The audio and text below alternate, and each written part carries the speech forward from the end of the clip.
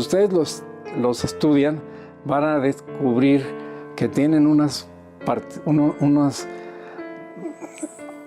formas de calcio, unas partículas de calcio que forman lo que pudiera ser el esqueleto, porque en las holoturias no tienen prácticamente casi nada de esqueleto, pero sí tienen a esas espículas, se llaman. Y eso es muy importante para clasificarlos. Son como si fueran, qué sé yo, las huellas dactilares de una persona, ¿no? Y por las espículas, al estudiar las espículas, sabe uno de qué especie es. Porque a veces no se puede saber bien si no conocen cómo son las espículas, de qué especie estamos hablando.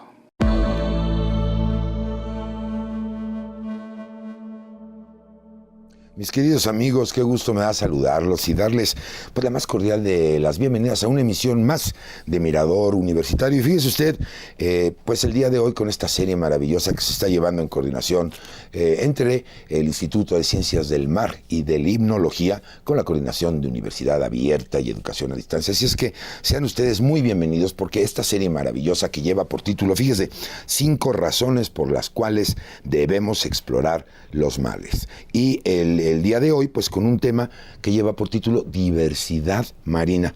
¿Qué nos da? ¿Qué nos falta por saber?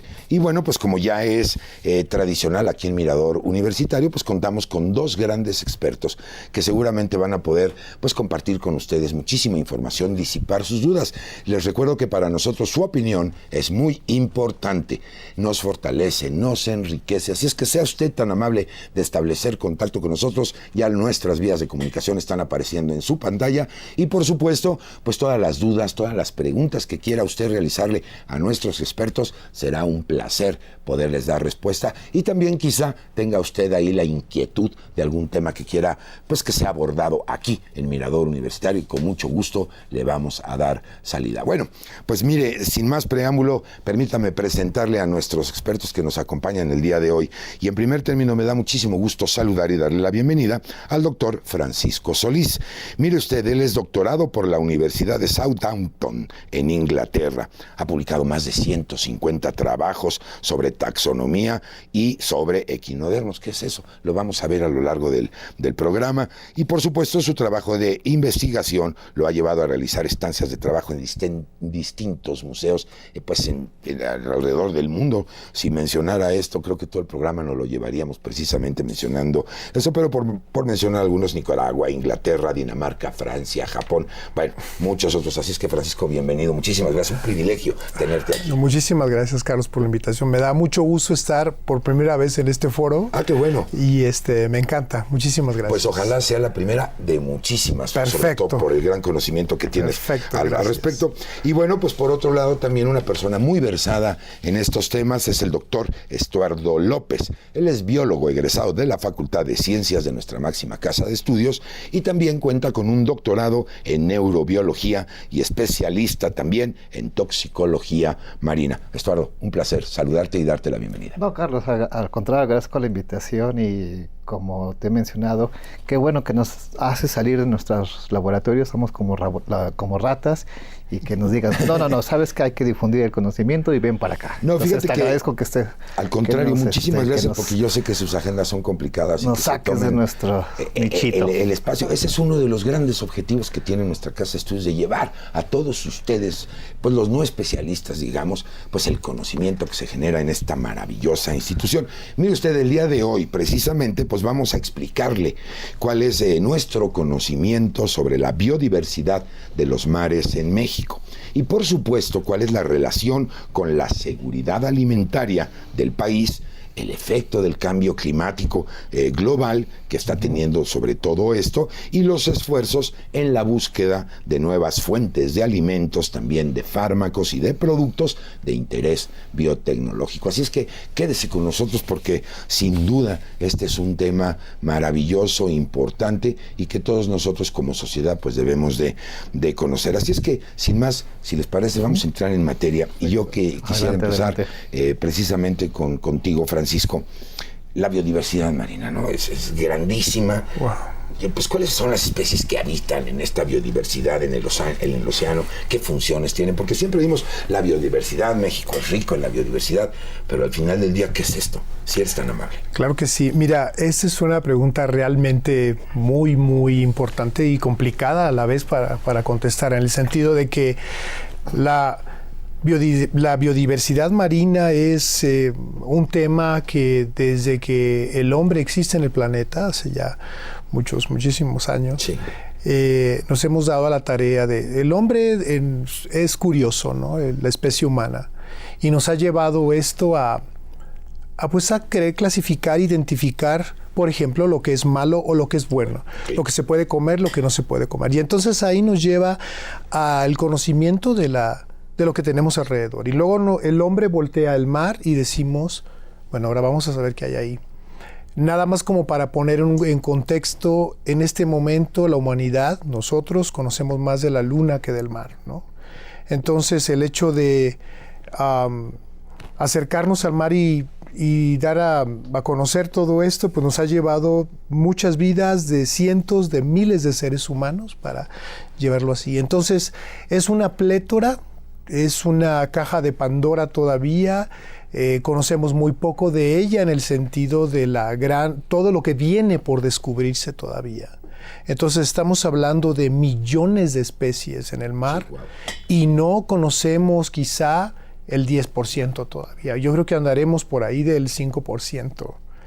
O sea, debemos de entender ahora que cuando nos dicen biodiversidad marina, casi siempre pensamos en una ballena azul, las cuales son preciosísimas, sí, los delfines, las tortugas y todo, pero recordemos que también hay microbios, ¿no? O sea, hay esa gran diversidad de seres microscópicos que siempre los dejamos como a un lado, pero realmente son parte de esa biodiversidad. Entonces, tenemos que hacernos hacia atrás y verlo en contexto más amplio y darnos cuenta que es. Desde microbios a la ballena azul, entonces ahora sí estamos hablando en tamaños de todo lo que tenemos que tomar en cuenta. La variedad. Fíjense qué interesante, porque el título del programa de hoy dice, ¿qué nos da? Bueno, la respuesta así a bote pronto, valga la expresión, muchísimo.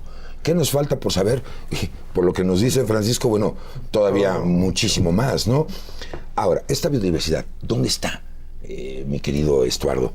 ¿Cómo se distribuye? Porque desde pequeños nos dicen 3/4 partes del planeta es agua, ¿no? Los océanos, ¿cómo está distribuida? Fíjate que en términos generales, entendiendo como biodiversidad la diferencia, formas de vida que existen en este planeta, esta se distribuye mayoritariamente en lo que viene siendo los trópicos y va disminuyendo hacia las partes boreales. Entonces, nuevamente, en términos generales, si hacemos una comparación del ambiente terrestre con el ambiente marino, que a nosotros nos encanta el mar y por eso trabajamos en este instituto, las selvas son las donde existe la mayor biodiversidad de especies, siendo equiparable con arrecifes coralinos. Ahí en los arrecifes coralinos donde nosotros encontramos en los mares la mayor biodiversidad. También no hay que olvidar, así como dijo Francisco de la luna, que conocemos más la luna que nuestros propios mares, nosotros también tenemos hoyos negros en taxonomía. Cuando decimos hoyos negros, que no sabemos qué más hay. O sea, ahorita con las nuevas tecnologías podemos ir a mares profundos, mayor de 3.000 metros de profundidad, donde nos encontramos organismos donde pensábamos que no había vida, entonces todavía eso nos falta por conocer, y esos son los hoyos negros que no sabemos cuánto más podemos conocer, o habrá. La pasión, ¿no? Porque sigue siendo un misterio, sí, ¿no? Y seguramente ustedes estarán de acuerdo con nosotros. Esto es pasión, sí. pasión y Sí, más señor. pasión. Sí, ¿Qué nos da la biodiversidad? Nos da alimento, nos da protección, y son cosas que la gente no lo comprendemos mucho, ¿no? Van a decir, bueno, ¿y cómo nos protege? Exacto. ¿Qué nos protege el mar? El mar es el compás de este planeta. Son nuestros pulmones, sí. Exacto. Las selvas también son. Sí, bueno, claro. Pero, porque ya sabemos desde pequeños, como tú lo decías, la importancia de la respiración, que producen oxígeno, pero el mar también produce ese oxígeno. El ciclo del agua, exacto, y todo esto que viene de nuestros grandes océanos, ¿no? ¿Y cómo nos protege? Bueno, tenemos el fenómeno de los los huracanes, por ejemplo, cuando se acercan y producen ese movimiento de olas tan grande que puede producir tsunamis en algunas partes del mundo, y entonces los arrecifes de coral llenos de esa biodiversidad marina frenan, por ejemplo, es solamente un ejemplo, si viene un movimiento físico del agua, lo va a frenar. ¿Qué sucede si no tenemos esas estructuras, verdad? Pues puede que no estemos platicando en este momento, ¿no? Porque aunque México, la Ciudad de México está bastante alejada, pues bueno, tenemos mucha gente de este planeta vive en el primero 1.5 kilómetros de las costas del mundo, por ejemplo. Entonces la biodiversidad nos protege, como también nos da pues de un tema que mi compañero es doctor, cómo se obtienen un montón de fármacos, ¿no? Para protegernos de Fíjense que todo esto. A lo largo de esta serie he visto a nuestros invitados esa pasión que tienen por los mares, sin duda alguna. Pero han empezado a salir términos que particularmente me han llamado mucho la atención, y si usted nos ha hecho el favor de seguirnos aquí en Mirador Universitario, seguramente comparte esta opinión. Se habla de servicios ecosistémicos. Exacto. Y por lo que ya veo que ustedes también coinciden en esto, la protección, la fuente alimentaria, ¿por qué no me amplías toda esta fuente de servicios que tenemos en nuestros mares? Sí, de hecho, fíjate que la biodiversidad está muy directa con la salud del planeta. Sin duda alguna. O sea, la biodiversidad es la que nos proporciona que seamos saludables, todos los organismos que habitamos en este planeta, y son parte importante de estos servicios ecológicos que tú has mencionado, y seguramente en tu programa se han tocado este tema varias veces. ¿Y qué queremos decir con servicios ecológicos? Es que nos dan protección, nos proveen de alimentos, están en los procesos de reciclaje o procesos biogeoquímicos, como has mencionado, el ciclo del agua, el que dijo Francisco. La fuente de oxígeno. La fuente de oxígeno. Incluso hasta de CO2. Nosotros pensamos que la mayoría del oxígeno se genera en nuestras selvas. Ellas contribuyen, como dijo Francisco, pero hay más agua que tierra. Sí, y los organismos que viven microscópicos, que ya se mencionaron, que viven en el zooplancton, que constituyen el zooplancton, y que son fotosintéticos, son realmente lo que es proveer oxígeno a este planeta, y gracias a eso, pues te digo, nos da salud al planeta. Es una relación totalmente directa. Sí, y además un punto de vista que también ha llamado poderosamente la atención es que siempre cuando oímos de huracanes, de tsunamis, de todo este tipo que como sociedad es un desastre, ¿no? Para muchas ocasiones, me platicaban algunos de los expertos en programas anteriores, traen una cantidad de beneficios enormes también en términos de este equilibrio, ¿no? Ecológico. Claro, nosotros lo vemos, pues qué desgracia y qué lamentable que en algún asentamiento humano haya producido algún tipo de estas condiciones. Regresamos aquí rapidito a Mirador Universitario y tocamos el tema de la salud del planeta. Y una pregunta que nos haríamos, ¿estará enfermo? Bueno, pues no se lo pierda, regresamos rapidito, ya volvemos.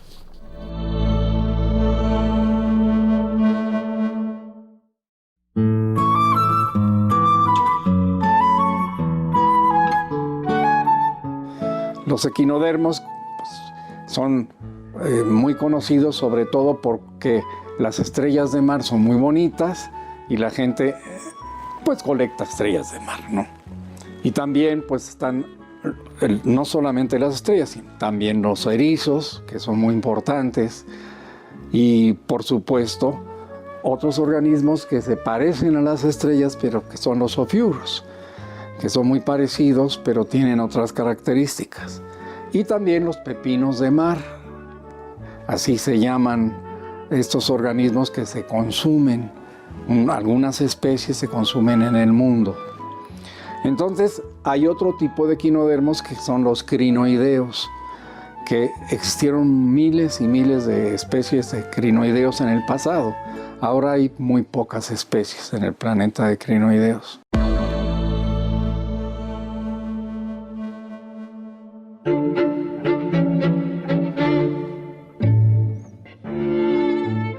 Es que México es un país con una gran diversidad de organismos. Entonces, los equinodermos de México representan, pues el 10% de los equinodermos que hay en el mundo son especies de este territorio. Eso es muy importante. Y pues seguimos descubriendo especies. A cada rato, por ejemplo, ahora tenemos que clasificar 20 nuevas especies que están recolectadas. Y llegan las especies y luego hay que clasificarlas y trabajar con ellas. Y encontrar nuevos registros en nuestros mares de especies que se supone que hacía muchos años que ni sabía que estaban acá y estaban en las Galápagos y también están aquí. Hay especies que pueden existir en todo el mundo y hay otras que nada más existen en determinadas partes de determinados mares de ciertos países.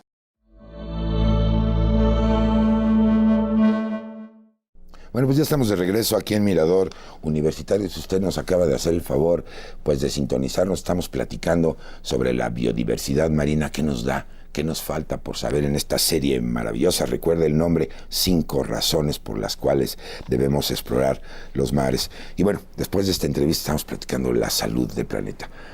¿Cómo participa esto en la salud del planeta? Y, por otro lado, aprovechando tu sapiencia, esta megadiversidad de nuestro país ya particularmente. No sabemos que es global, pero en México, para que me amplíen esta información y lo compartan con nuestra audiencia. Empiezo contigo. Bueno, como se mencionó hace ratito, la megadiversidad es muy importante porque nos da servicios. O sea, retomando lo que dejamos un poco, o sea, nos da alimento, están los procesos biogeoquímicos, la protección que hablaba Francisco, la protección que ofrece a los continentes. Y hablando de megadiversidad, México se considera dentro de los 12 o 7 países más megadiversos que existen en este planeta.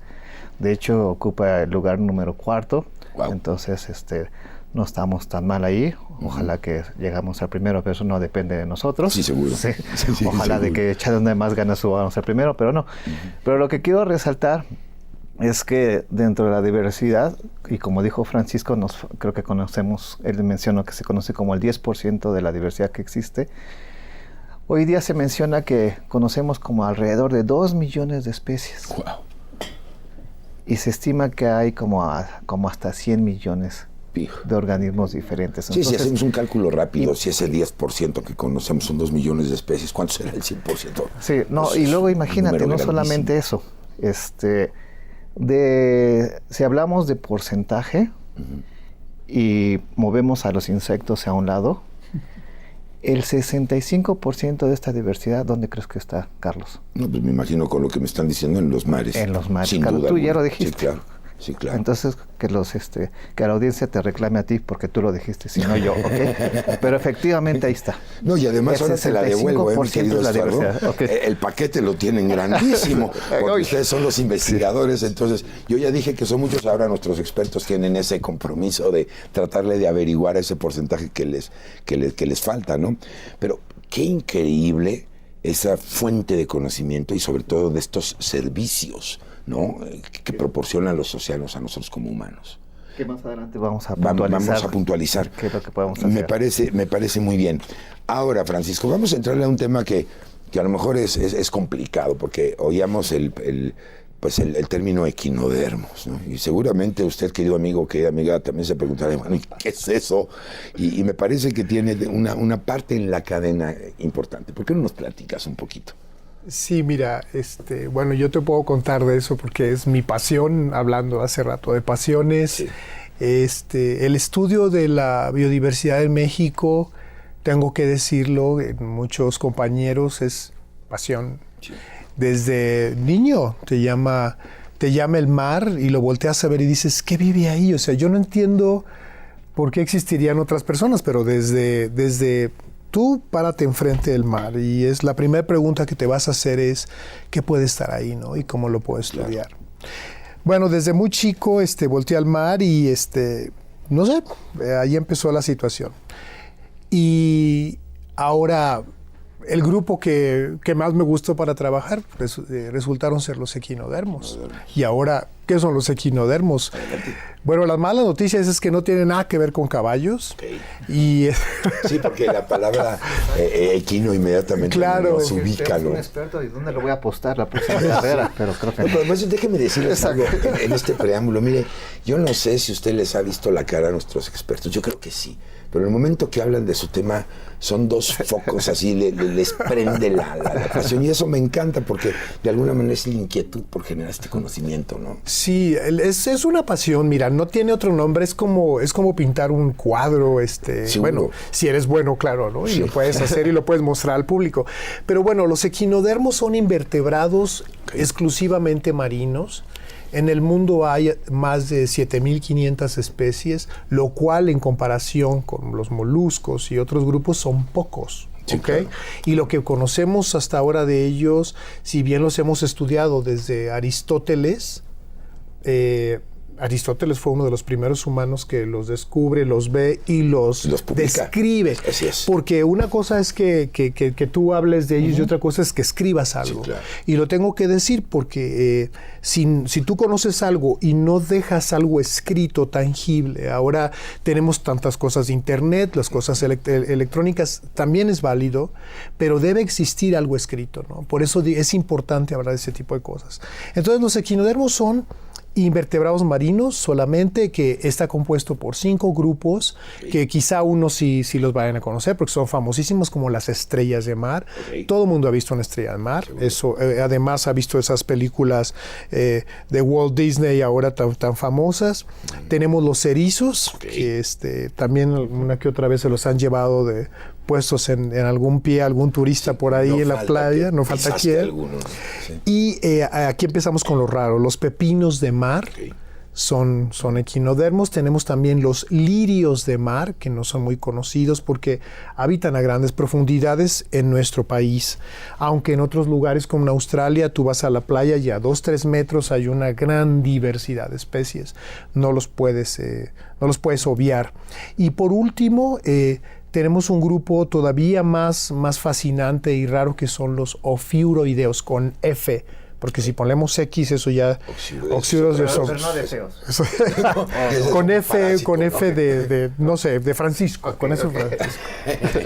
Y es un grupo fascinante. Además son como vendibles en el sentido de que son bellos por ellos mismos. Dame un ejemplo de este grupo taxonómico. Como un ejemplo, las estrellas de mar, en el sentido de cuando vas a snorkelear al Caribe mexicano, todavía se alcanzan a ver unas estrellas muy grandes.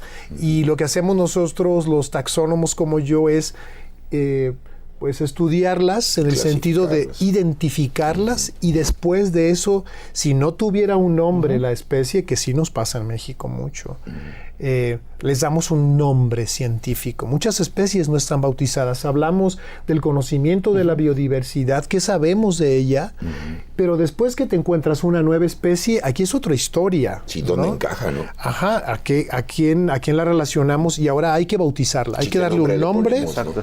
Y que bueno, eso es otra historia también, pero en el sentido de dar a conocer. Y entonces agregamos otro numerito ahí al número de especies tan ahí en espera más de cosas. Al 1.7 millones de especies que conocemos. Exacto, uno más es lo que te iba yo a comentar en ese sentido, uno más a esta gran cantidad de especies, ¿no? Como dices tu especie, era 7 millones 1.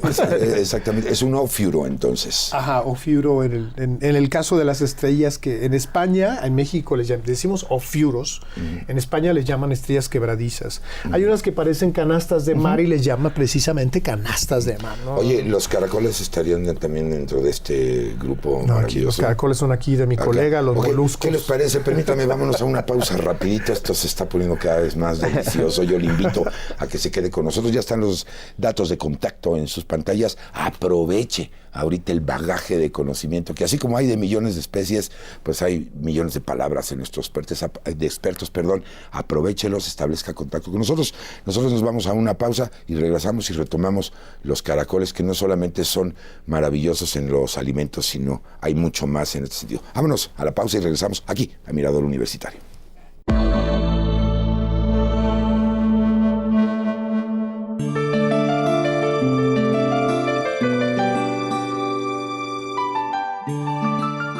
Los equinodermos son un grupo muy importante en la trama trófica y juegan un papel fundamental para el equilibrio ecológico, por ejemplo, en los arrecifes.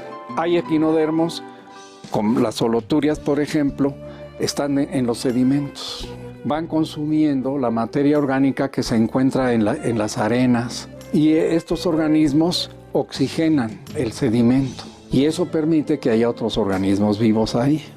Los erizos de mar, como las diademas, se alimentan de plantas y controlan.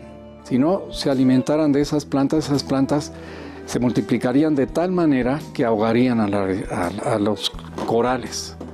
Entonces, representan un grupo fundamental para el equilibrio ecológico de los océanos, de los sistemas ecológicos de los océanos. Son fundamentales.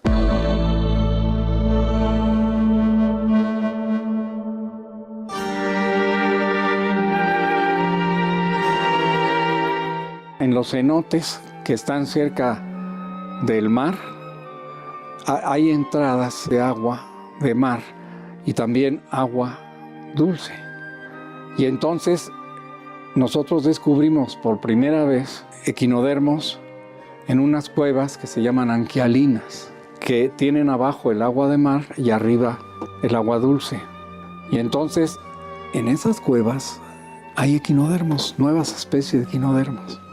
Se ha buceado en esas cuevas y se han publicado trabajos sobre esas cuevas, utilizando también estudios de sistemática molecular. En Cozumel, ahí es donde encontramos equinodermos en cuevas que estaban kilómetros dentro de la parte continental de la isla y son parecidos a los que están fuera, pero no son las mismas especies, algunos de ellos, otros sí.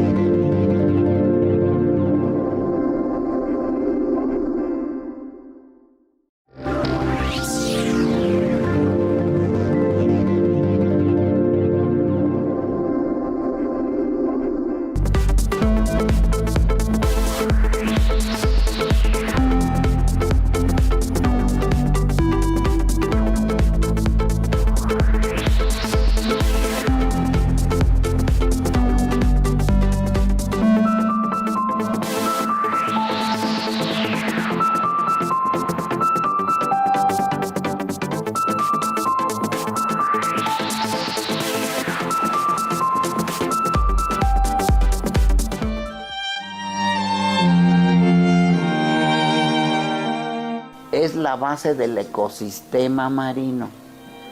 ¿Por qué la base del ecosistema marino? Porque son los productores primarios. Y como productores primarios son los que elaboran la materia orgánica de la que dependen el resto de los organismos, o sea, el zooplancton, las diferentes especies de peces, toda esa trama trófica se sustenta por la productividad de estos microorganismos. Cuando usted se come un filetito de pescado, ¿cuánto hubo de producción de fitoplancton o de la sota trama trófica para que usted tenga esa cantidad? La producción en el mar por fitoplancton marino es de 45.5 por 10 a la 15 miligramos de carbono que se produce por año.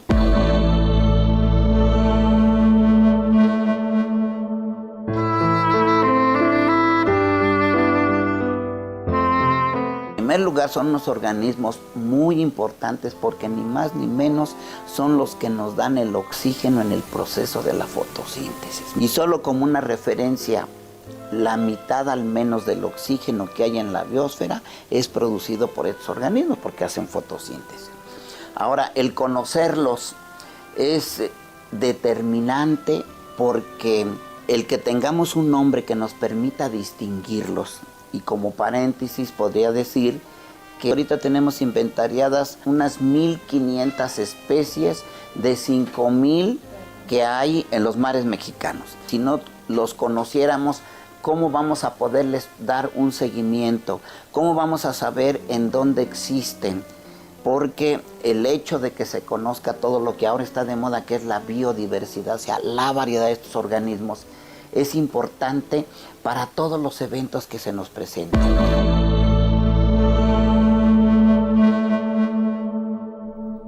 Bueno, pues muchas gracias por continuar con nosotros. Mire, si usted nos acaba de sintonizar, estamos platicando sobre la biodiversidad marina, qué nos da, qué nos falta por saber. Y bueno, yo estoy encantado de los invitados que tengo el día de hoy.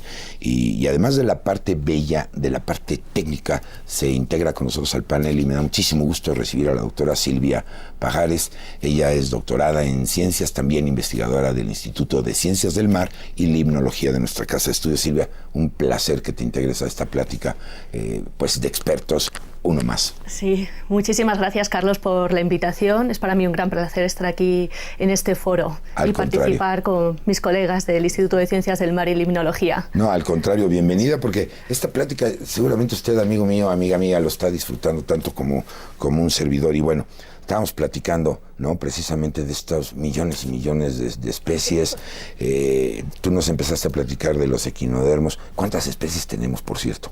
Pues mira, ahorita nuestra lista, ¿en cuántos vamos? Vamos en 850 especies en México, wow, pero tenemos, por ejemplo, 18 en el tintero, ¿no? Que el año pasado, bueno, tenemos 2 años ya explorando en... pues mucho las cosas del Pacífico en México. Y para aquellos que piensan que México y Acapulco, ya saben el problema que siempre está contaminado, bla, bla, bla, pues hemos encontrado nuevas especies de pepinos de mar en Acapulco. Y seguirán, yo creo. Y seguirán, ¿no? Sí, Entonces sí, estamos por bautizar 18 especies en general que tenemos equinodermos de toda la República, pero quería subrayar esas 2 de Acapulco, que yo también me quedé así de wow, ¿no?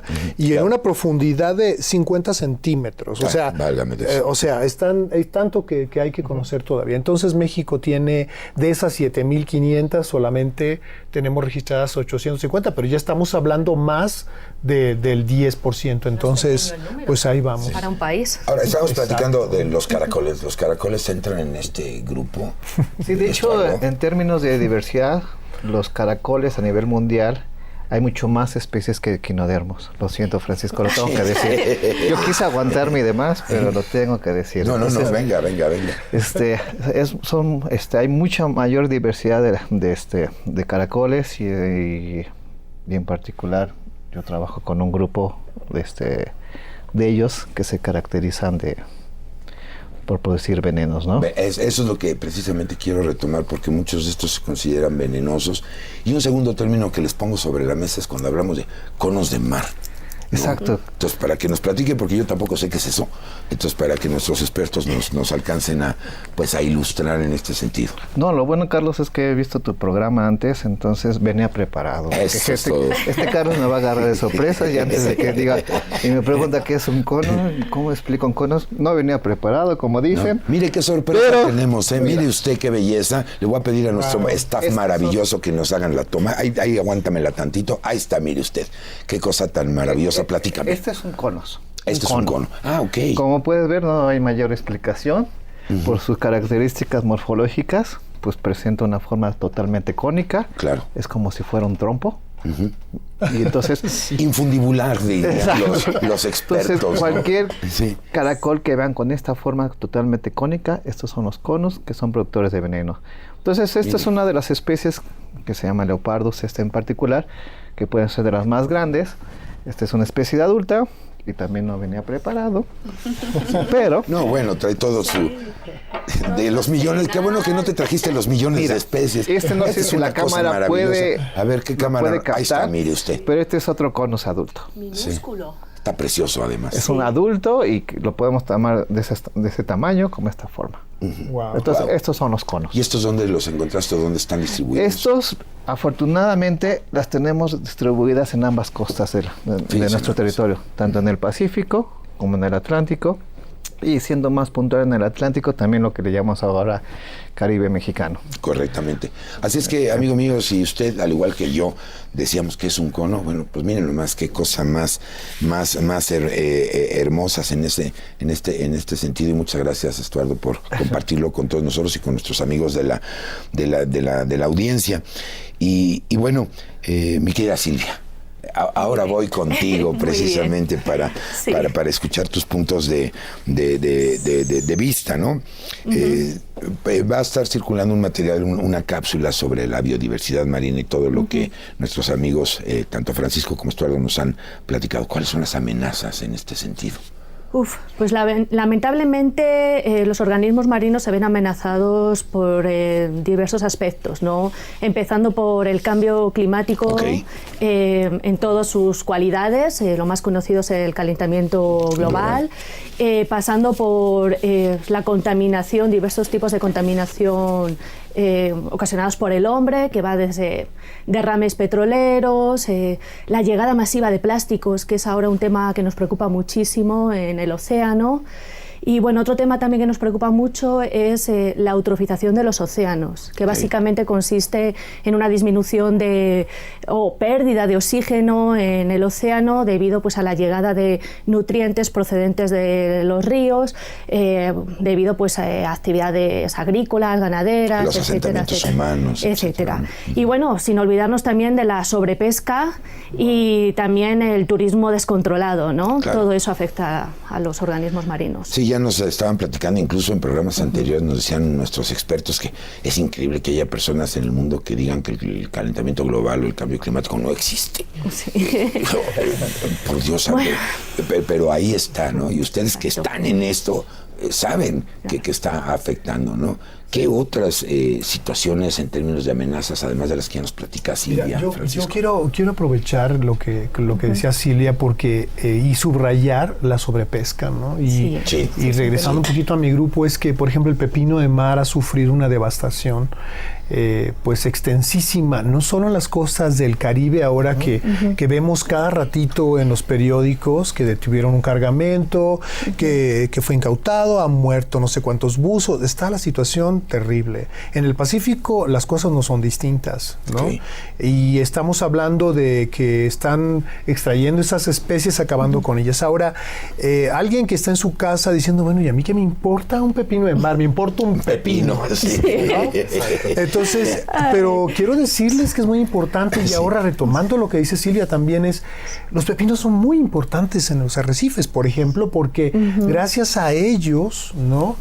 Le están ayudando al planeta, al mar, a frenar la acidificación del mar, ¿no?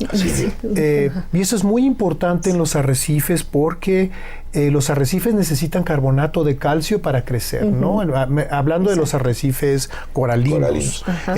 Entonces necesitan este carbonato. ¿Y qué creen? Los pepinos de mar son sumamente importantes para que se esté disponible ese carbonato para este crecimiento. Y precisamente las especies más extraídas son las asociadas a los arrecifes coralinos. De manera entonces que esto se viene, o sea, estamos no quiero ser alarmista, pero las cosas se van a poner peor, en el sentido de que siguen extrayendo animales asociados a los arrecifes, y entonces vamos a tener estos problemas más subrayados, más fuertes Fíjense ese que aspecto. Hemos estado platicando en dos elementos. Uno que es la acidificación de los mares, programas anteriores nos lo comentaban, este incremento en la cantidad de dióxido de carbono. Exacto. Y que obviamente los corales son el termómetro de alguna manera para darnos cuenta ese cambio de coloración que algo está pasando. Por otro lado, el impacto con los microorganismos, Silvia. Y has tocado un tema que también lo hemos platicado, el elemento trófico, ¿no? Y los microbios tiene un papel importantísimo.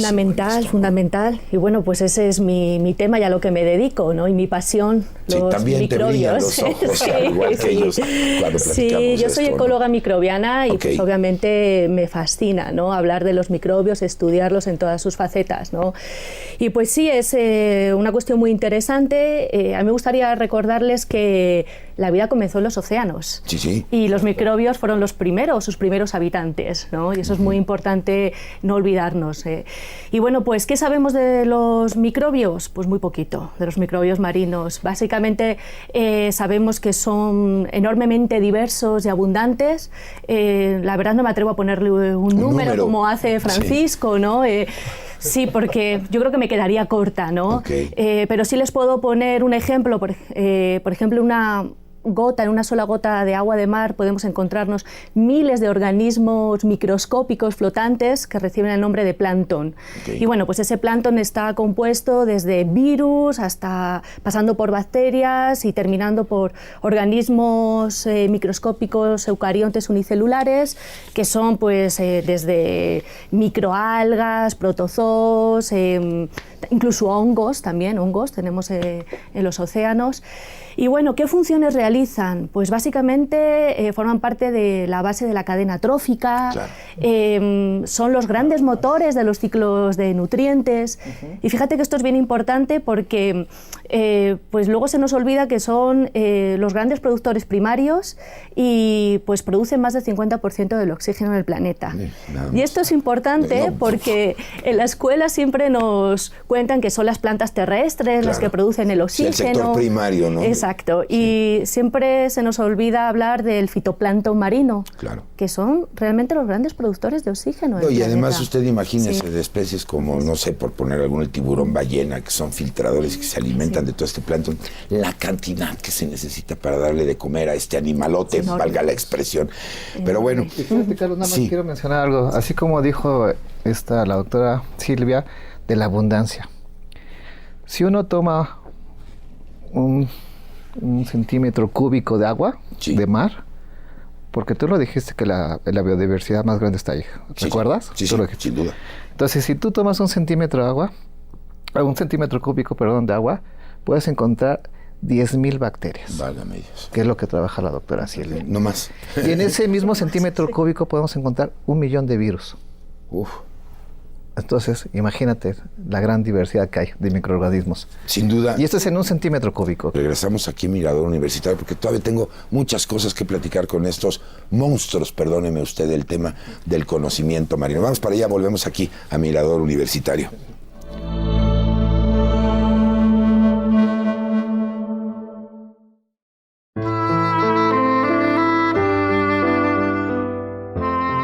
Ejemplo.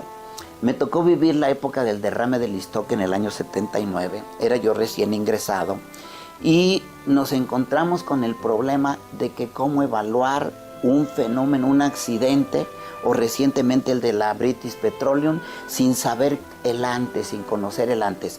El conocer, el tener inventariados los organismos de manera correcta, nos va a dar muchas ventajas, porque nos va a permitir darle un seguimiento. ¿Dónde están? ¿Cuánto varían? Si están, significa algo. Si no están, también. ¿Cómo se distribuyen en la parte vertical, en la parte horizontal? Muchos son tóxicos.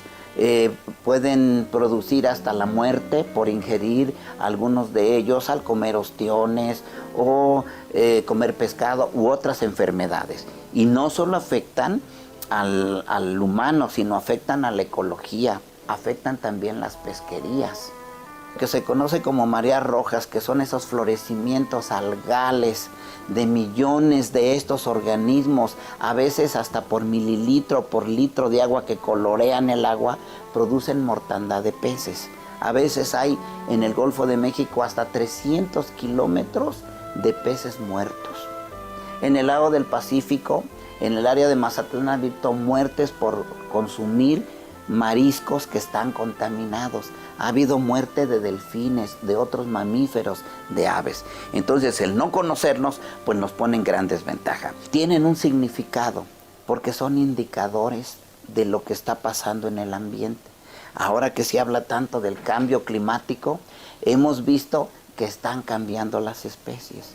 Ahora que se le ha puesto atención al agua de lastre de los buques y que nos traen especies de otro lado, pues si nosotros no tenemos, por un lado, ya la legislación es otro asunto, pero cuando menos conocerlos, ¿cómo vamos a darnos cuenta de lo que está sucediendo en nuestras aguas? Desafortunadamente no podemos decir cuántas tenemos, porque estamos en desventaja, precisamente porque realmente de hace unos 30, 40 años no se conocían. El Instituto de Ciencias del Mar tiene más o menos esa edad.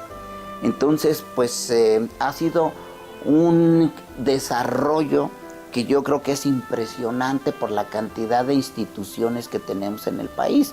Ahora el reto es cómo nosotros vamos a poder manejar toda esta información, porque si no se hace investigación, estamos desvalidos.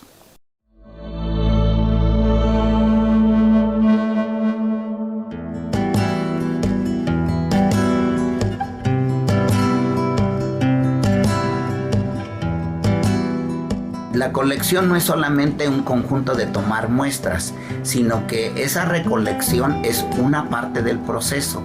Tener el material, después es identificarlo, catalogarlo, conservarlo. Y ese es cuando ya tiene sentido una colección, para que pueda servir de material de referencia, de comparar especies, de pues hacer manuales y que sirvan para determinación de especies. Eso es uno de los objetivos que tenemos en algunos de los proyectos. Las concentramos de acuerdo al interés, ya están selladas para que no haya evaporación. De todos modos, el proceso de curación implica un mantenimiento. Aquí estamos hablando de varios miles de muestras.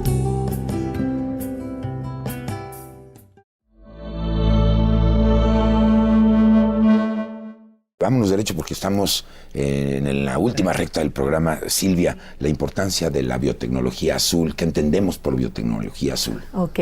Bueno, básicamente la biotecnología azul consiste en usar organismos marinos para poder obtener algún producto que nos sea útil para la sociedad. Es importante resaltar que la biotecnología azul está todavía en fase de desarrollo, pero que nosotros en el día a día estamos usando ya productos de origen marino. Entonces, pues sí, es una cosa que todavía queda mucho por estudiar y avanzar, y que nos va a proporcionar muchísimos beneficios. Sí, sin duda. Y en este sentido, Francisco, todas las toxinas, desarrollo de fármacos, y que bueno, creo que en este sentido tú tienes una experiencia, antes de que Francisco me dé un comentario, perdón la discriminación, pero es que tengo un catálogo de expertos aquí, Estuardo. No, está bien así, rápidamente, Carlos, porque el tiempo se nos agota. Este grupo de caracoles que yo trabajo, y como se mencionó, son venenosos. Entonces una gente dice, ¿qué tan venenoso es? Puede matar a un humano. Así tan sencillo. Tan fácil. Y de hecho es considerado uno de los organismos más venenosos en el planeta, y creo que el número 1 por muchos especialistas. Entonces, ¿qué hacemos nosotros en el laboratorio y en las instalaciones del instituto? Es, como bien dicen nuestros dichos mexicanos, y que siempre nos acercamos a ellos cuando se puede, poco veneno no mata.